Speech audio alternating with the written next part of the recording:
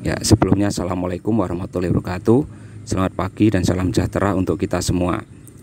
Pada hari ini kita kembali belajar sejarah, khususnya sejarah kelas 10 untuk tingkat SMA. Nah, materi pada hari ini adalah mengenai bagaimana masuknya agama Hindu dan Buddha ke Nusantara. Nah, perlu diketahui bahwasanya agama di Indonesia itu ada 6. Yang pertama ada Islam, yang kedua ada Hindu, dan yang ketiga ada Buddha, yang keempat ada Kristen, dan yang kelima ada Katolik. Terakhir yaitu adalah agama Konghucu.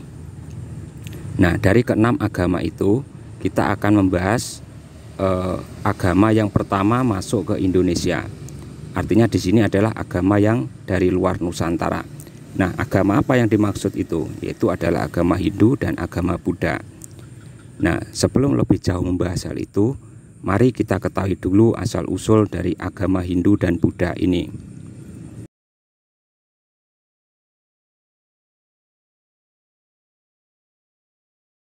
Agama Hindu itu diperkirakan muncul di India antara tahun 3102 sebelum Masehi sampai dengan 1300 sebelum Masehi. Ada pula yang mengatakan yaitu sekitar tahun 1500 sebelum Masehi. Nah, agama ini tumbuh bersamaan dengan masuknya bangsa Arya, yaitu bangsa nomaden yang masuk ke India dari Asia Tengah melalui celah Khyber. Nah, kedatangan bangsa Arya ini mendesak bangsa Dravida, yaitu penduduk asli India dan termasuk dalam kategori ras Australoid, dari sebelah selatan sampai ke dataran tinggi Deccan. Kemudian dalam perkembangannya, terjadi percampuran antara kebudayaan bangsa Arya dan bangsa Dravida yang menghasilkan suatu kebudayaan yang disebut dengan Hindu. Nah, perkembangan agama Hindu di India pada hakikatnya dapat dibagi menjadi 4 fase, yaitu adalah zaman Weda. Zaman Weda ini adalah terjadi pada tahun 1500 sebelum Masehi. Artinya, dimulai ketika bangsa Arya berada di Punjab di lembah Sungai Sindhu sekitar 2500 sampai 1500 sebelum Masehi. Nah, setelah mendesak bangsa Dravida ke sebelah selatan sampai ke dataran tinggi Deccan, bangsa Arya telah memiliki peradaban yang tinggi. Mereka menyembah dewa-dewa seperti Agni, Varuna, Vayu, Indra, dan Siwa. Dewa tertinggi yang mereka anggap sebagai penguasa alam semesta ini mereka sebut sebagai Trimurti, yang terdiri dari Brahma, yang artinya pencipta alam, Wisnu, yang artinya pemelihara alam, dan Siwa, yang artinya dewa perusak alam dan dewa kematian. Walaupun banyak, semuanya adalah manifestasi dan perwujudan Tuhan yang Maha Esa yang disebut dengan Brahman. Jadi, agama Hindu adalah agama monoteis, bukan politeis. Sementara Weda, yaitu kitab suci agama Hindu, muncul pada zaman ini. Weda termasuk dalam golongan Shruti. Secara harfiah artinya adalah yang didengar, karena umat Hindu meyakini isi Weda sebagai kumpulan wahyu dari Brahman atau Tuhan. Nah, pada zaman ini pula masyarakat dibagi atas 4 kasta, yaitu Brahmana atau para ulama dan pendeta, Ksatria atau raja, bangsawan atau panglima, dan tentara. Sementara Waisya artinya adalah pedagang, dan Sudra adalah pelayan semua golongan di atasnya. Ada pula orang-orang yang dianggap berada di luar kasta, yaitu adalah golongan Parya, yaitu adalah pengemis dan gelandangan. Nah, kemudian setelah zaman Weda, ada suatu zaman yang namanya adalah zaman Brahmana. Nah, pada zaman Brahmana ini, kekuasaan kaum Brahmana amat besar dalam kehidupan keagamaan. Merekalah yang mengantarkan persembahan umat kepada para dewa. Pada zaman ini pula, mulai disusun tata cara upacara keagamaan yang teratur dalam sesuatu yang kemudian disebut kitab Brahmana. Weda menjadi pedoman penyusunan tata cara upacara agama ini. Yang berikutnya adalah zaman Upanishad, terjadi pada tahun 750 sampai dengan 500 sebelum Masehi. Nah, pada zaman ini yang dipentingkan tidak hanya upacara dan sesaji saja, tetapi lebih daripada itu, yaitu pengetahuan batin yang lebih tinggi. Zaman ini adalah zaman pengembangan dan penyusunan falsafah agama, yaitu zaman orang berfilsafat atas dasar Weda. Nah, kemudian yang terakhir adalah zaman Buddha, terjadi 500 sebelum Masehi sampai dengan 300 Masehi. Zaman ini dimulai ketika putra Raja Suddhodana yang bernama Siddhartha menafsirkan Weda dari sudut logika dan mengembangkan sistem yoga dan senadil sebagai jalan untuk mendekatkan diri dengan Tuhan. Nah, itulah sekilas munculnya agama Hindu di India yang pada akhirnya menyebar ke seluruh dunia termasuk Nusantara. Yang berikutnya adalah bagaimana dengan kemunculan agama Buddha. Nah, jadi agama Buddha adalah perkembangan lebih lanjut dari agama Hindu. Buddha sebenarnya adalah sebutan seseorang yang telah memperoleh pencerahan. Hal tersebut sesuai dengan asal kata Buddha yang berarti sejati. Awalnya Buddha bukanlah agama, melainkan ajaran dan seseorang yang telah memperoleh pencerahan bernama Siddhartha Gautama. Kemudian pada tahun 78 Masehi terjadi perpecahan di antara para penganut Buddha. Perpecahan itu kemudian melahirkan dua aliran, yaitu Buddha Mahayana dan Buddha Hinayana. Ajaran dalam Buddha Mahayana lebih kompleks karena banyak dipengaruhi oleh agama dan kepercayaan lain, seperti agama Hindu atau Taoisme, sehingga mengenal dewa dan dewi. Nah, adapun Buddha Hinayana mendekati ajaran Buddha yang sesungguhnya. Di Indonesia, termasuk juga Thailand, Kamboja, Vietnam, Myanmar, dan Laos, aliran Hinayana lah yang berkembang. Sedangkan aliran Mahayana lebih berkembang di Tiongkok, Korea, Taiwan, dan Jepang. Nah, selanjutnya bagaimana masuknya agama Hindu Buddha ini ke Nusantara? Indonesia adalah negara kepulauan yang letaknya sangat strategis karena berada di jalur pelayaran yang menghubungkan negara barat dan timur. Berlabuhnya kapal-kapal dagang berbagai bangsa membuat masyarakat Indonesia tidak dapat terhindar dari pengaruh luar. Nah, hubungan dagang antara Indonesia dan India terjadi sejak tahun 1 Masehi.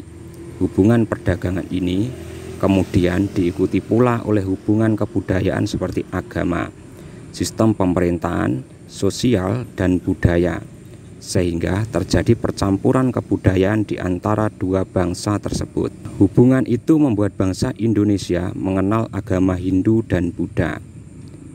Nah, di bawah ini merupakan beberapa teori atau hipotesis terkait proses masuknya agama dan kebudayaan Hindu dan Buddha ke Indonesia. Yang pertama, kita akan membahas teori pasif dulu, yaitu adalah teori Waisa. Teori ini dikemukakan oleh N.G. Krom yang didasarkan pada alasan bahwa motivasi terbesar datangnya bangsa India ke Indonesia adalah untuk berdagang. Golongan terbesar yang datang ke Indonesia adalah para pedagang India dari kasta Waisya. Kemudian mereka ini bermukim di Indonesia, bahkan menikah dengan orang Indonesia. Selanjutnya, mereka aktif melakukan hubungan sosial, tidak saja dengan masyarakat Indonesia secara umum, tetapi juga dengan pemimpin kelompok masyarakat. Lewat interaksi itu, mereka menyebarkan dan memperkenalkan agama dan kebudayaan mereka. Namun teori Waisa ini diragukan kebenarannya. Mengapa bisa demikian? Artinya jika para pedagang yang berperan terhadap penyebaran kebudayaan, pusat-pusat kebudayaan mestinya hanya terdapat di wilayah perdagangan, seperti di pelabuhan atau di pusat kota yang ada di dekatnya.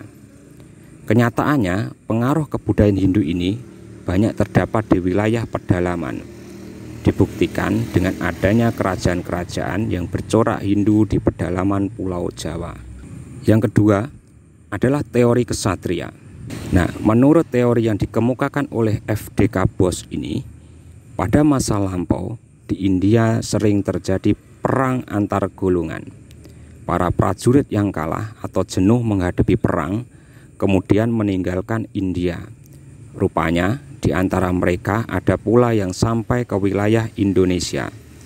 Mereka inilah yang kemudian berusaha mendirikan koloni baru sebagai tempat tinggalnya.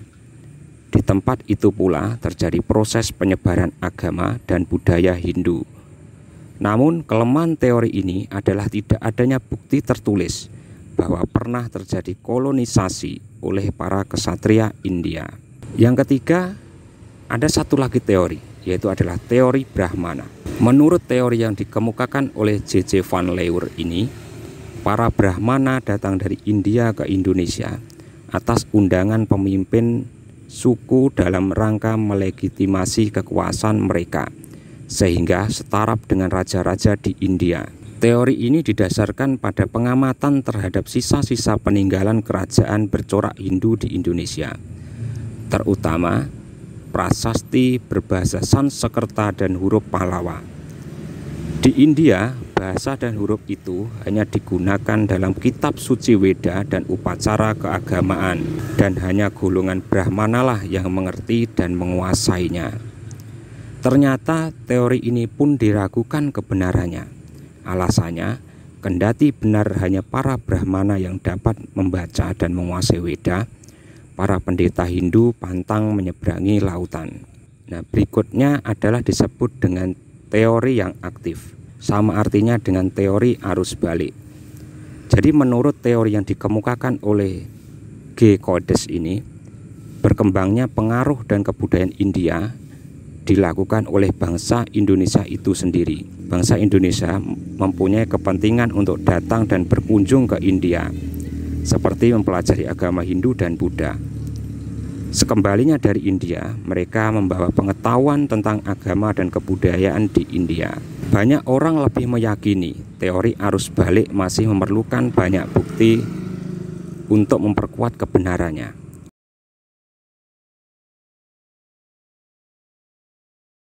Pada akhir abad ke-5, seorang biksu Buddha dari India mendarat di sebuah kerajaan di Pulau Jawa, tepatnya di Jawa Tengah sekarang.